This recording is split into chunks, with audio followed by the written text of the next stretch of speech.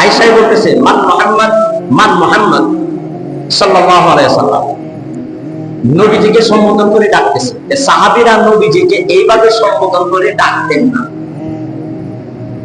এরপরে দরজার কাছে এসে বলল, আমি কি আসতে পারি? আমার আসার অনুমতি আছে, আমি কি আসতে পারবো? এই কথা দ্বারা বোঝা যায় যে লোকটার আদব আছে।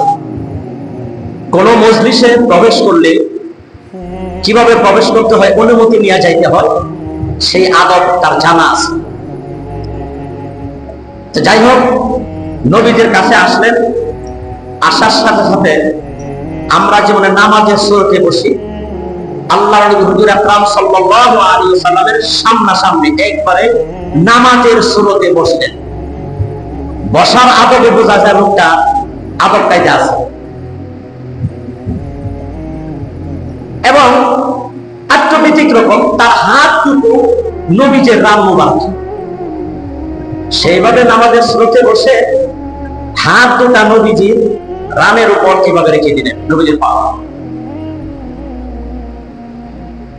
আমি যারা আদব লেবার জানে না, গ্রামের কিছু মানে যারা লোক, অনেকেই কোন মজলিসে যাওয়ার পর তাদের সাথে কিভাবে কথা বলতে হবে, কিভাবে বসতে হবে, এটা অনেকে জানা নাই। তারা একদম গ্রাম্য লোকের মতন এইভাবে নবীজির পাও মোবারকে হাত রেখে এভাবে সামনাসামনি বসলেন। বসার পরে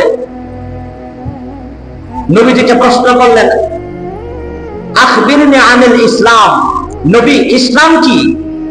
ইসলাম কি জিনিস এটা আমাকে বলুন। কি বললেন? আখবিরনি আনিল ইসলাম। আল্লাহর নবী উত্তর দিলেন, আল ইসলাম ক্বালা আন তাশহাদা আল্লা ইলাহা ইল্লাল্লাহু ওয়া আন্না মুহাম্মাদুর রাসূলুল্লাহ সাল্লাল্লাহু আলাইহি ওয়াসাল্লাম। তো ইসলাম হচ্ছে এটা যে তোমরা এই কথার সাক্ষী দাও আল্লাহ ছাড়া কোনো ইলাহা নাই, কোনো মাবুদ নাই, হযরত মুহাম্মদ সাল্লাল্লাহু আলাইহি ওয়াসাল্লাম আল্লাহ তাআলার প্রেরিত রাসূল। কোন সুবহানাল্লাহ।